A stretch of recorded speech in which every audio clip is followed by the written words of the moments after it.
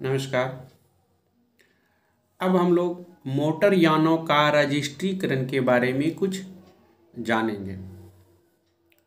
Motor यानों का रजिस्ट्रीकरण के बारे में अगर आप सेक्शन 39 पढ़ते हैं तो इसमें बताया गया है कि रजिस्ट्रीकरण की आवश्यकता क्यों है। 40 पढ़िएगा तो उसमें बताया जाता है कि रजिस्ट्रीकरण कहाँ किया जाना है। 41 पढ़िएगा तो रजिस्ट्रीकरण कैसे होना है। 42 पढ़िएगा तो राजनयिक अधिकारियों आदि के मोटरयानों के रजिस्ट्रीकरण के लिए विशेष उपबंध जो बताए गए हैं इसमें मिलेंगे। 43 अगर पढ़िएगा तो अस्थायी रजिस्ट्रीकरण बताएगा। 44 पढ़िएगा तो रजिस्ट्रीकरण के समय यान का पेश किया जाना बताएगा। 45 पढ़िएगा तो रजिस्ट्रीकरण से या रजिस्ट्रीकरण प्रमाण पत्र के नवीकरण से इनकार के बारे में पढ़िएगा।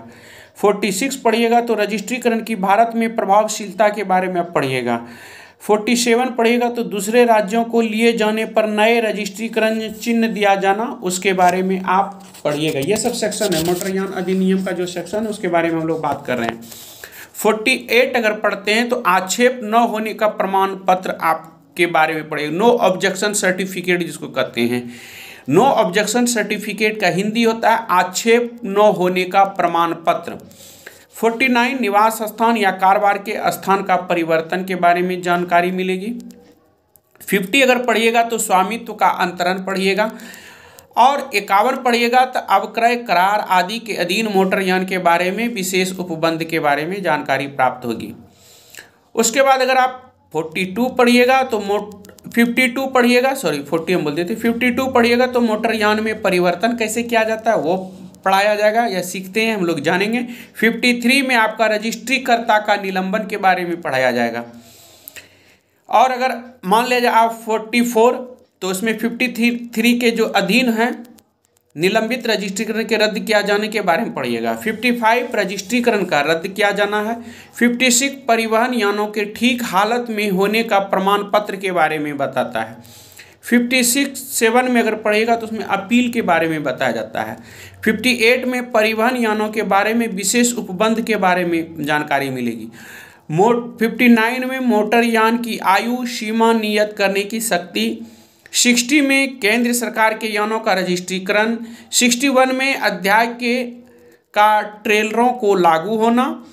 62 में चुराए गए और बरामद किए गए मोटरयानों के संबंध में जानकारी का पुलिस द्वारा राज्य परिवहन प्राधिकरण को दिया जाना। 63 में राज्य मोटरयान संबंधी रजिस्टरों का रखा जाना। 64 में केंद्र सरकार की नियम बनाने की शक्ति और 65 में राज्य सरकार के नियम बनाने की शक्ति के बारे में विशेष जानकारी प्राप्त होती है।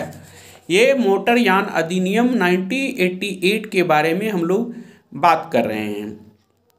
उसके बाद हम लोग कुछ अगर चलेगा तो इसके बारे में हम लोग पढ़ेंगे परिवहन यानों का नियंत्रण के बारे में, यानी कि परिवहन को नियंत्रण भारत सरकार द्वारा या राज्य सरकार द्वारा कैसे किया जाता है उसके बारे में पढ़ेंगे। जैसे परमिट होता है, परमिट की आवश्यकता होती है, प्राधिकरण होता है, इस सब के बारे में हम लोग जानकारी प्राप्त करेंगे। तो परिवहन से संबंधित बारे में हम लोग बात करेंगे। और जैसे कि हम हर वीडियो में देख रहे हैं कि परिवहन से संबंधित जो भी समस्याएं हो, जो भी शिकायत हो, उसके बारे में आप विशेष जानकारी कॉल के माध्यम से या वीडियो में अपना स्क्रीन करके बात कर सकते हैं, बता सकते हैं। तब तक के लिए धन्यवाद। जय हिंद, जय भारत।